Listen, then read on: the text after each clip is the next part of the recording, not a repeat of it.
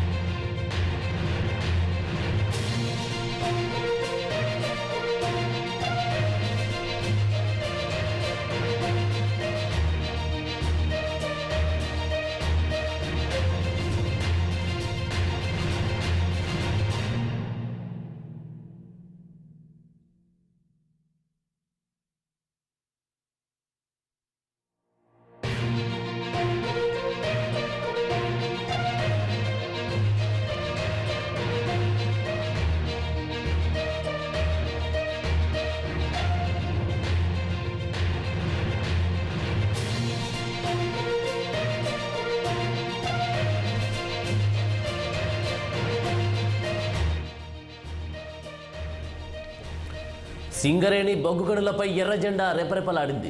గుర్తింపు కార్మిక సంఘం ఎన్నికల్లో కార్మిక లోకం సిపిఐ అనుబంధ సంఘమైన ఏఐటియుసికి పట్టం కట్టింది. దశాబ్దాల పోరాటాల చరిత్ర కలిగిన సింగరేణి కాలరీస్ వర్కర్స్ యూనియన్ను కార్మికులు తమ ప్రతినిధిగా ఎన్నుకున్నారు. ఉమ్మడి ఆదిలాబాద్ జిల్లా పరిధిలోని మందమర్రి, బెల్లంపల్లి, శ్రీరాంపూర్ డివిజన్లలో, ఉమ్మడి కరీంనగర్ జిల్లా కోల్బెల్ట్ ప్రాంతం రామగుండం 1, రామగుండం 2 డివిజన్లలో ఏఐటియుసి విజయం సాధించింది.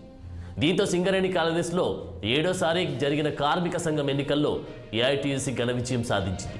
కాగా ఏఐటియుసికి గట్టి పోటీనిచ్చిన కాంగ్రెస్ అనుబంధ కార్మిక సంఘం ఐఎన్టియుసి కొత్తగూడెం కార్పొరేట్, కొత్తగూడెం, మణుగూర్, ఇల్లందు, రామగుండం 3, భూపాలపల్లి డివిజన్లలో విజయం సాధించింది. ఖమ్మం జిల్లాలోని మొత్తం 4 డివిజన్లలోనూ ఆ సంఘం క్లీన్ స్వీప్ చేసింది.